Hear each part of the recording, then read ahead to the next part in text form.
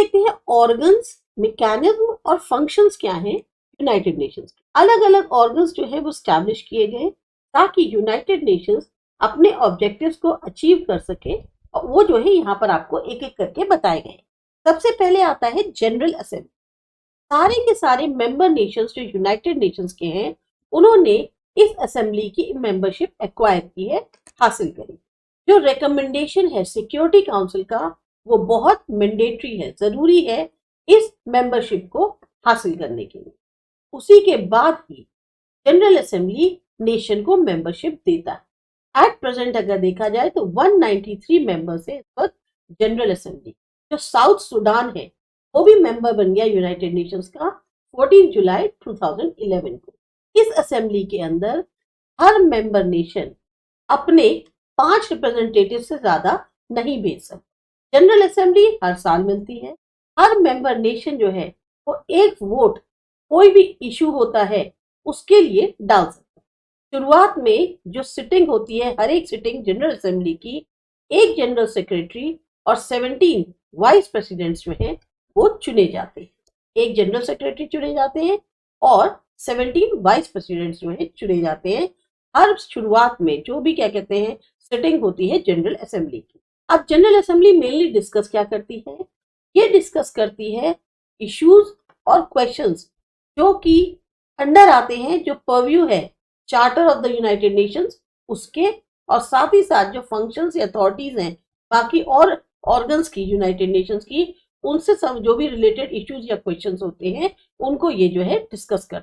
Main इनकी कोशिश होती है कि ये जो है मेंटेन करें वर्ल्ड पीस, पूरे दुनिया में शांति बनाए रखें, प्रोटेक्ट करें, सेफगार्ड करें ह्यूमन राइट्स को, और डेवलप करें इंटरनेशनल लॉ।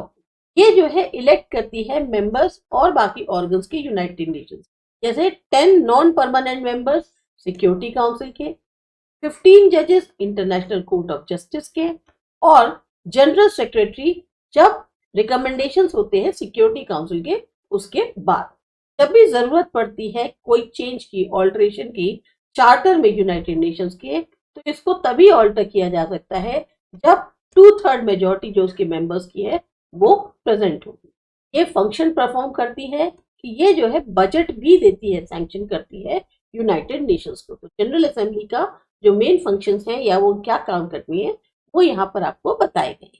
फिर आता है सिक्योरिटी काउंसिल। सिक्योरिटी काउंसिल जो है ये भी ऑर्गन है यूनाइटेड नेशंस का, और ये 15 मेंबर्स से मिलकर बना है, जबकि 5 मेंबर्स जो है वो परमानेंट है। में आते हैं यूएस, रशिया, यूके, फ्रांस और चाइना। ये जो परमानेंट मेंबर्स हैं ये इस सेंस में कह जा सकते हैं कि ये परमानेंट है कि इनका मेंबरशिप जो है वो तब तक चलती रहेगी जब तक कि यूनाइटेड नेशंस एग्जिस्ट करता है। इन परमानेंट मेंबर्स के पास स्पेशल पावर्स होती हैं अगर नॉन परमानेंट मेंबर्स से कंपेयर करें। अब जैसे एग्जाम्पल के लिए वीटो पावर। वीटो जो है एक एक्स्ट्रा ऑर्डिनरी पावर होती है जो परमानेंट मेंबर्स के पास है सिक्योरिटी काउंसिल के, ताकि वो जो है एक नेगेटिव वोट उसको कास्ट कर सके। इस इंस्टीट्यूशन में 10 नॉन परमानेंट मेंबर्स हैं।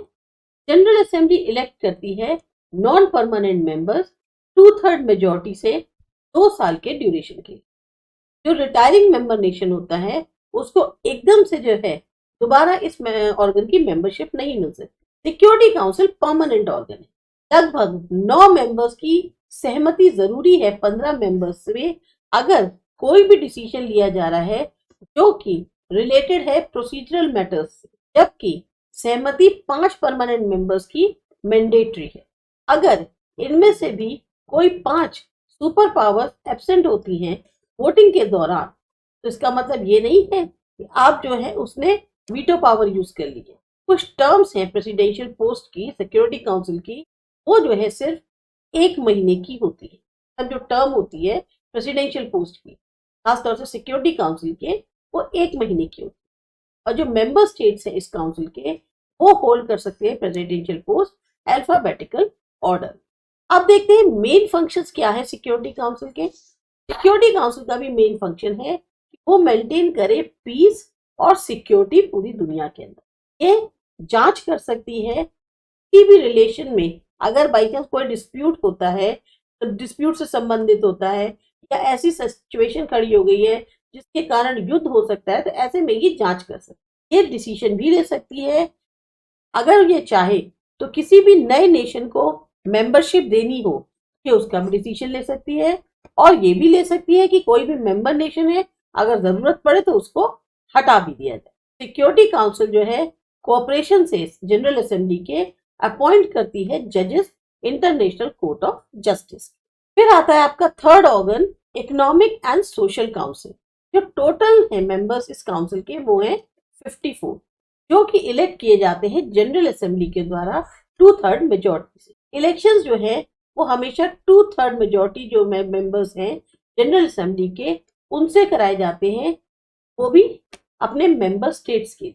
अब इन मेंबर्स में 1/3 यानी कि 18 मेंबर्स हर साल रिटायर हो जाते हैं। अब जो मेंबर्स रिटायर होते हैं वो क्वालिफाई कर सकते हैं री मेंबरशिप के।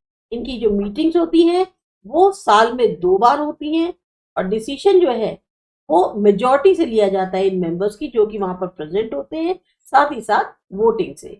इकोनॉमिक और सोशल काउंसिल जो है वो एंगेज रहती हैं इंटरनेशनल इंस्टीट्यूशंस के साथ, जैसे इंटरनेशनल एटॉमिक एनर्जी एजेंसी जिसे हम आईया बोलते हैं, UNESCO, United Nations, Education, Science and Cultural Organisation से, और वर्ल्ड हेल्थ ऑर्गेनाइजेशन यानी कि WHO से।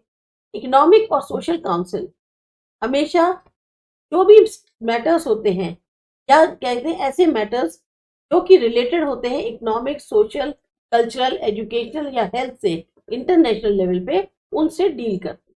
ये रिपोर्ट तैयार करती है, रिकमेंडेशंस देती है और इंस्टीट्यूशंस को और मेंबर नेशंस को जिनके यूनाइटेड नेशंस के साथ फंक्शनल रिलेशंस होते हैं, तो ये उनके लिए रिपोर्ट तैयार करती है और उनको रिकमेंडेशंस भी देती है। फोर्थ आता है ट्रस्टीशिप काउंसिल।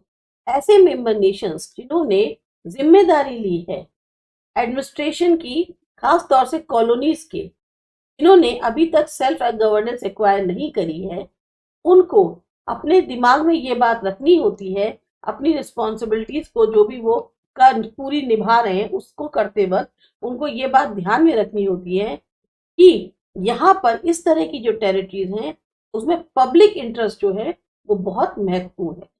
मेंबर नेशंस जो हैं जो कि खास तौर से एडमिनिस्ट्रेशन की देखभाल कर रहे होते हैं, उनको अपनी जो ड्यूटीज हैं वो डिस्चार्ज करनी होती है as trustee of the colony, और इस तरह की कोशिश करते हैं कि जो कॉलोनी है वो इस तरह से सुपरवाइज हो, इस डायरेक्शन में मूव करे कि ये लोग जो है फिर बाद में सेल्फ गवर्नेंस जो है वो हासिल करना चाहे। इस काउंसिल के अकॉर्डिंग ये जो है, या ये कहा जा सकता है कि ये जो काउंसिल है ये किस दिशा में काम कर रही है कि जो कॉलोनीज हैं उनको सोवरेन नेशंस बना दिया जाए जब उनको इंडिपेंडेंस हासिल हो जाए। ट्रस्टीशिप काउंसिल जो है वो बनती है 2 मेंबर नेशन से जो कि एडमिनिस्ट्रेशन जो है कॉलोनीज का उसकी देखभाल कर रहे होते हैं, या सेकेंड नंबर पे कहा जाए कि जो परमानेंट मेंबर्स है नेशन के सिक्योरिटी काउंसिल के जो कि इन कॉलोनीज की देखभाल नहीं कर रहे हैं, या वो मेंबर नेशन जो कि इलेक्ट किए गए हैं जनरल असेंबली के द्वारा लगभग 3 साल के लिए इस काउंसिल के। ट्रस्टीशिप काउंसिल जो है वो किससे बनती है? 2 मेंबर नेशंस जो कि कॉलोनीज की एडमिनिस्ट्रेशन की देखभाल कर रहे हैं, वो मेंबर जो permanent member nation security council के और वो कोई भी कॉलोनी को नहीं देख रहे हैं, या वो मेंबर नेशंस जो कि क्या कहते हैं इलेक्ट किए गए हैं जनरल असेंबली के द्वारा 3 साल के लिए इस काउंसिल के, उनसे जो है ये जो ट्रस्टीशिप काउंसिल है ये बनती है। इस काउंसिल की जो मीटिंग है वो हर साल होती है। वो जो मेंबर नेशंस हैं जो कि कॉलोनीज को एडमिनिस्टर कर रहे हैं उनको बोला जाता है कि आप अपनी रिपोर्ट जो है वो सबमिट करें ट्रस्टीशिप काउंसिल को, और फिर काउंसिल जो है उस पर डेलिब्रेट करेगा, उस पर देखेगा, ध्यान देगा कि क्या करना है। जब मेंबर्स जो हैं जिन्होंने जिम्मेदारी ली है इस ट्रस्टीशिप की, जब उनकी सहमति मिल जाती है तो जो मेंबर्स है ट्रस्टीशिप काउंसिल के वो कॉलोनीज विजिट करते हैं और फिर वहां उनकी जो परफॉर्मेंस है उसको देखते हैं, उसके ऊपर रिव्यू देते हैं।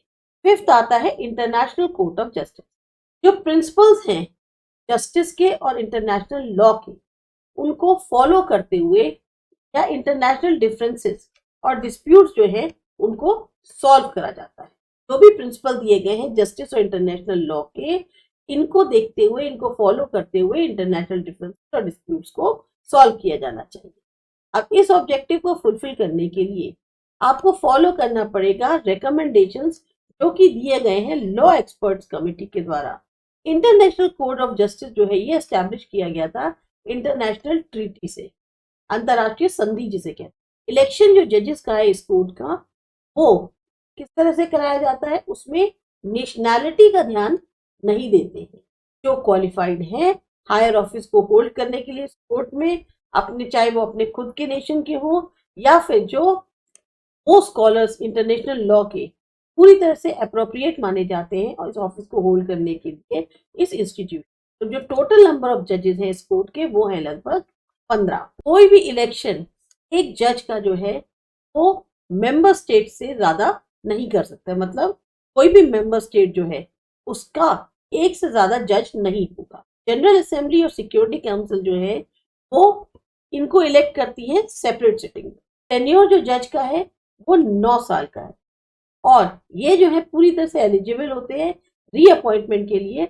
अगर इनकी टेन्योर खत्म होती है उसके बाद ये दोबारा रीअपॉइंटमेंट करना चाहे तो उसके लिए पूरी तरह एलिजिबल। ये जो कोर्ट है ये इलेक्ट करता है 1 प्रेसिडेंट को, 1 वाइस प्रेसिडेंट को 3 साल के, और इन कोर्ट की प्रोसीडिंग्स के लिए फ्रेंच और जो इंग्लिश लैंग्वेज है उनको रिकॉग्निशन दिया गया है। मतलब आपकी जो भी कोर्ट की प्रोसीडिंग्स होंगी वो आइदर फ्रेंच में होंगी या फिर इंग्लिश में होंगी। अगर कोई पार्टी डिमांड करती है इसके अलावा कोई और लैंग्वेज को तो वो उसको ग्रांट कर देते हैं।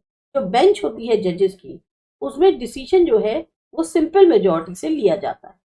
अगर बाई चांस टाई हो जाता है तो प्रेसिडेंट अपना कास्टिंग वोट डाल देती है। अब प्रिंसिपल फंक्शंस क्या है इस कोर्ट के? व्याख्या करना, लागू करना इंटरनेशनल लॉ को, पहला।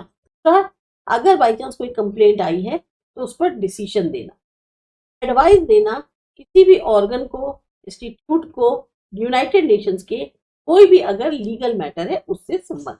फिर आता है आपका सेक्रेटरीट। जो सेक्रेटरीट है ये भी एडमिनिस्ट्रेटिव जिम्मेदारी जो है यूनाइटेड नेशंस की उसको उठाए हुए।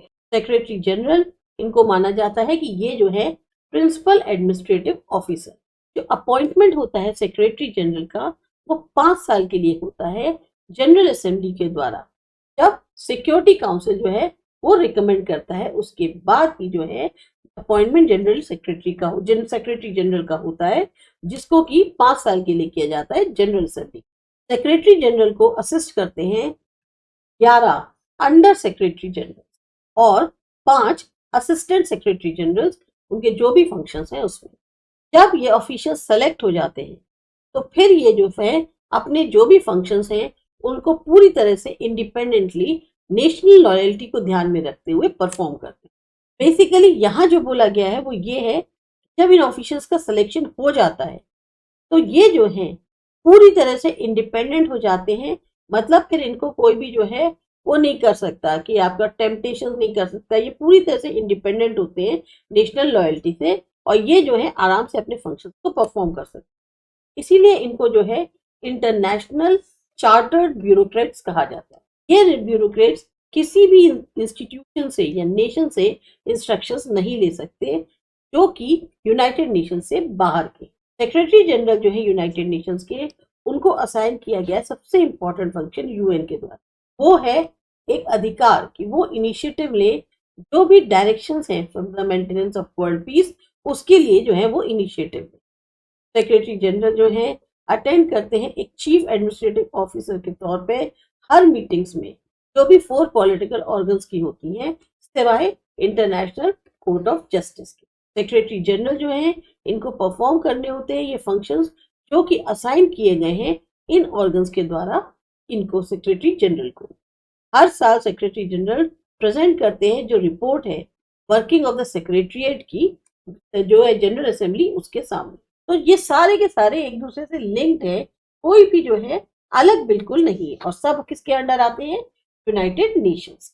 के बाद आता है challenges and success before United Nations. ये करते हैं अगले वीडियो।